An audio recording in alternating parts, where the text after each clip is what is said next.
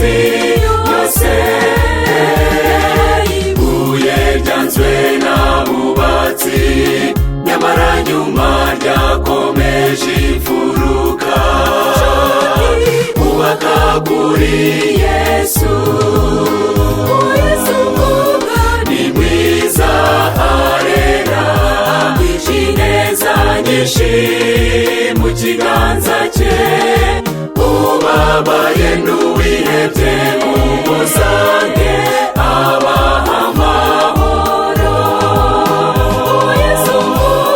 Ni mwiza arera, ineza nyinshi mu kiganza cye. Ubabaye n'uwihebye mumusange, abaha amahoro.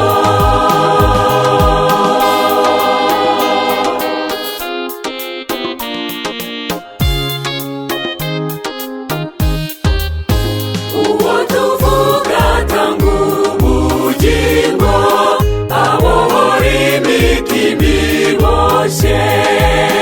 Yatanze umudendezo kuri umwe, waruciriwe w'iteka.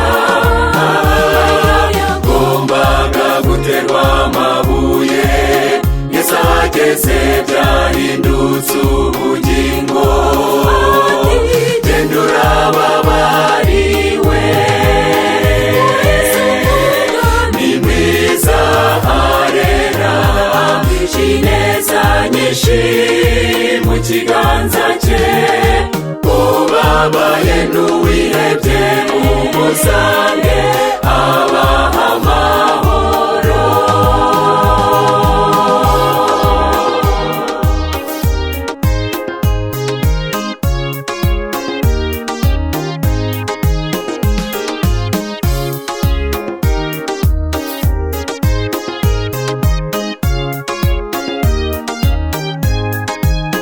Tuzahora tuvuga ibya Yesu, we wakijije inyokomuntu.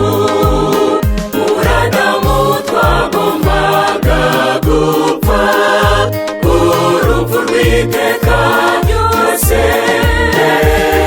Yesu none ntitugipfuye, anditswe gupfa yashyize ubugingo.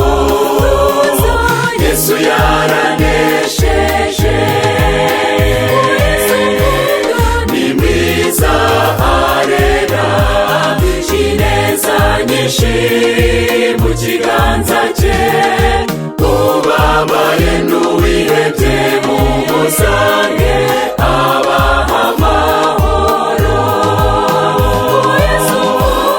Ni mwiza arera, ineza nyinshi mu kiganza cye. Ubabaye n'uwihebye mumusange, abaha amahoro. Ni mwiza arera, ineza nyinshi mu kiganza cye.